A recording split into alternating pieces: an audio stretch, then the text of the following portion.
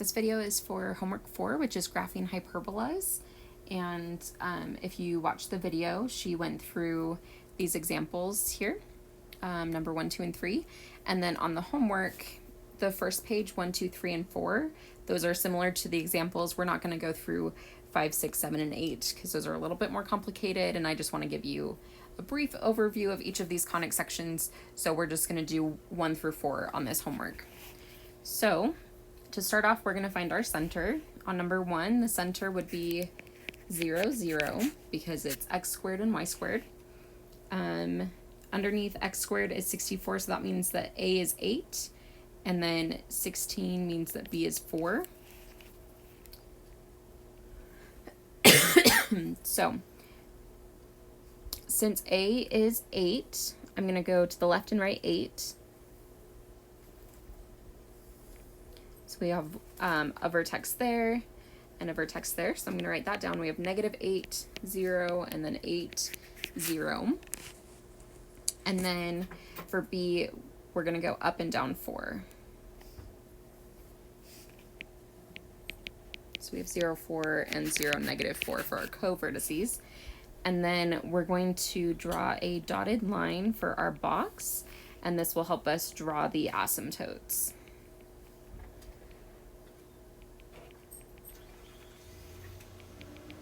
Okay, the next part is the foci. So we're going to do c squared equals a squared plus b squared. So we have 64 plus 16, that gives us 80. And I'm going to approximate 80, the square root of 80. So we have the square root of 80 here, that's 8.9. So I'm going to put one of our foci there and the other focus here. So we're going to put -8.90 and then +8.90.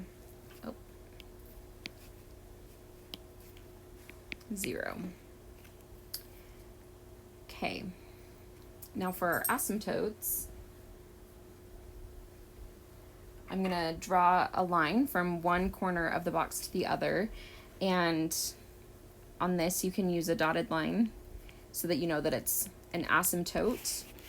And if you guys remember from exponential functions, or you'll see asymptotes later too with other graphs, with other functions, the line can approach the asymptote, but it will never cross it.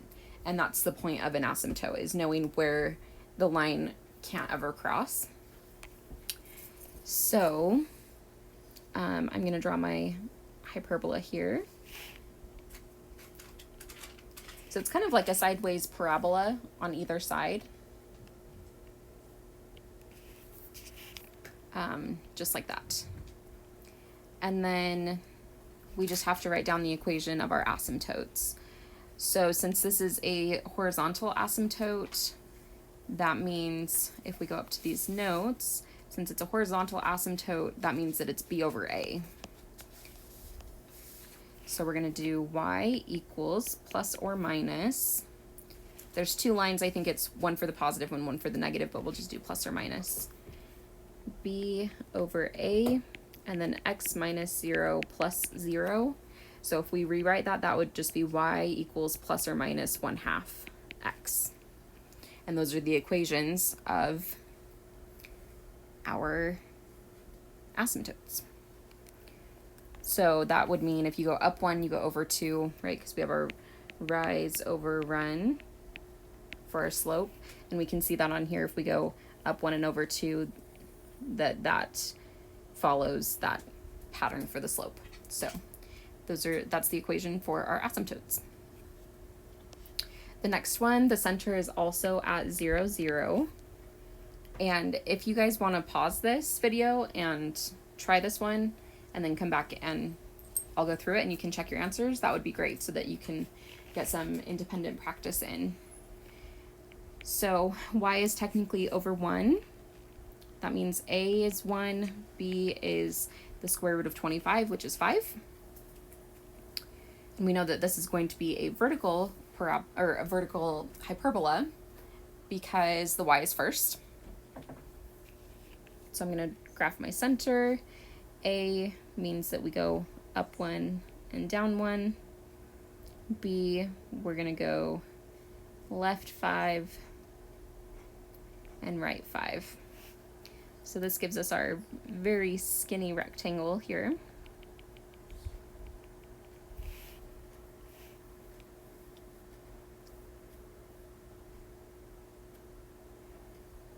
So the vertices, that's A, so we would have 0, 1, and 0, -1. Then the co-vertices would be 5, 0, and -5, 0. The foci, that's going to be c squared equals a squared plus b squared, so we get the square root of 26. So that's going to be like 5.1 because the square root of 25 is 5, but I'm going to type this into the calculator anyway, so we have the square root of 26. Yep, 5.1. Because on the quizzes, I want you to round it to just 1 decimal place, so make sure that you're doing that so that it doesn't mark it wrong. So 5.1, that's going to be just above 5, and then just below 5. So the coordinates of our foci are 0, 5.1, and 0, -5.1. Now I'm going to draw a dotted line for the asymptote. Well, the asymptotes, because there are 2 of them. And this is going to be a very wide curve for our hyperbola because it goes all the way out and it kind of follows that asymptote. Let me try that side again. It'll look like this.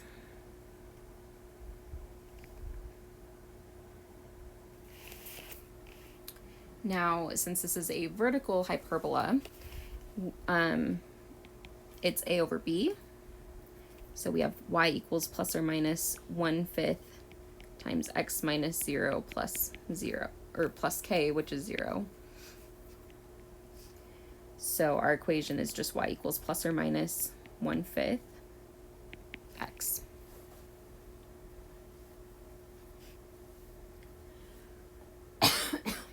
Okay, on the next one, we have our center is not at 0 because we have numbers inside with our parentheses for x and y. So our center is going to be at -6, 1.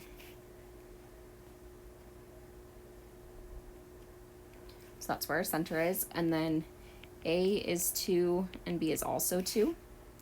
So those are the same, which is nice. So I'm going to go left 2 and right 2. I'm going to go up 2 and down 2. And looking at that equation, would this be horizontal or vertical? This hyperbola is going to be horizontal because the x is first. So that means that our vertices are at 0, not 0, sorry, the center is not at 0, 0 this time. So the vertices are at -4, 1. This is on the right. And then on the left, we have -8, 1. The co-vertices are going to be at -6, 3, and -6, -1. The foci are at a squared plus b squared, well, the square root of that. So that means that c is the square root of 8. So that's going to be like 2.9, I'm going to guess. Let's do the square root of 8, 2.8. So we'll round that to 2.8. And so we're going to go 2.8 away from the center on the left and right. So that means that our right focus is at -3.20, And then our left focus is at negative 8.8. Oh, not 0, sorry. It's at 1. The y value is 1. Okay, now I'm going to draw my dotted lines for the asymptotes.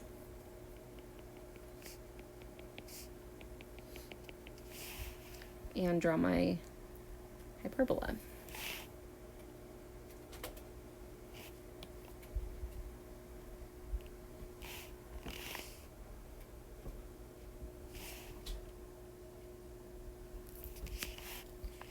Okay, now this one is b over a because it's a horizontal hyperbola. So we're going to have plus or minus 4 over 4. So I guess that it doesn't really matter because even if you flip it, it would still just be 4 over 4.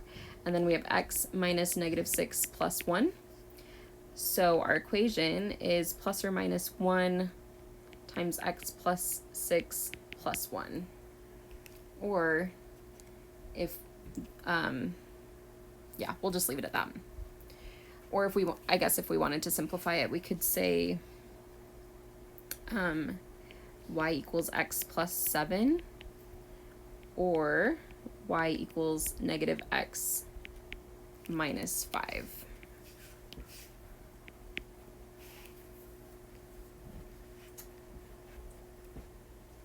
Yeah.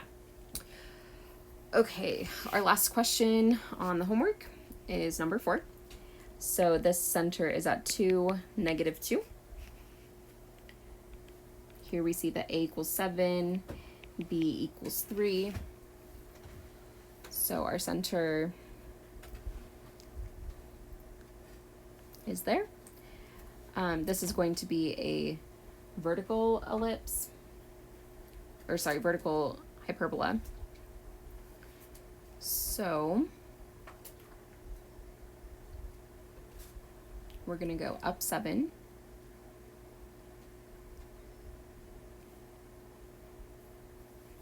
And then down 7.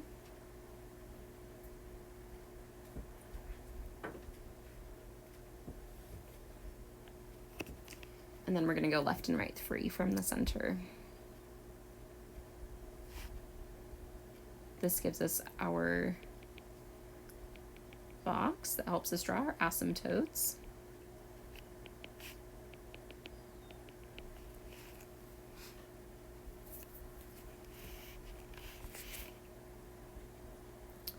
Okay, so the vertices. This is at 2, 5, and 2, negative 9. The co-vertices are at negative 1, negative 2, and 5, negative 2. For the foci, we're going to have c squared equals a squared plus b squared. So we get the square root of 57. Oh, not 57. 58. So we want to do the square root of 58. So that's 7.6.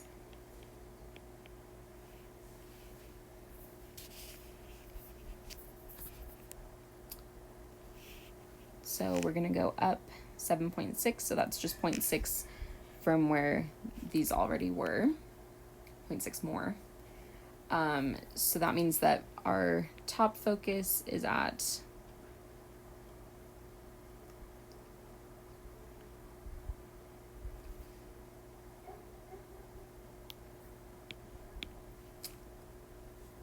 oh, I flipped this, didn't I?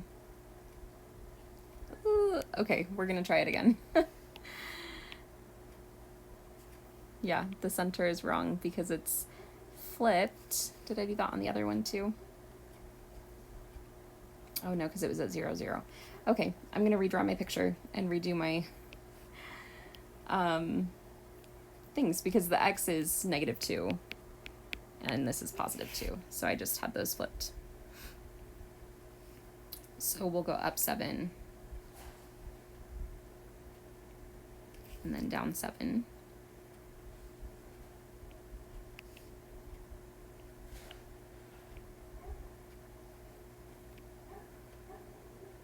So the foci are still in the same place. They're still at up 7.6 and down 7.6. So I just need to quickly rewrite the vertices.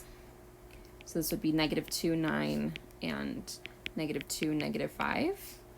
And then the co-vertices would be -5, 2, and 1, 2. Now the foci are going to be at -2, 9.6 for the top one, and then -2, -5.6 for the bottom one. Okay, oh, I need to draw my box again.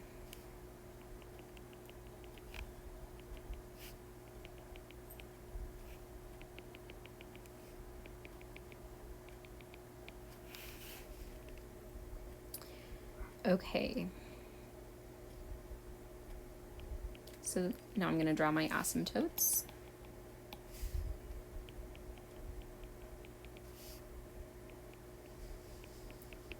Just like that. And this top part of the hyperbola will look like this, and then the bottom part of the hyperbola will look like this. So the asymptotes, this time we're going to do a over b because it's a vertical hyperbola, so we have 7 over 3, and then x plus 2 plus 2.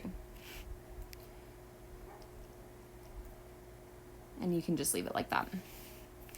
Okay, that's your homework. If you want to try those other ones, you can, but you don't have to. You would just have to complete the square like we've done before. But it's kind of complicated, so just do those 4 and then turn it in.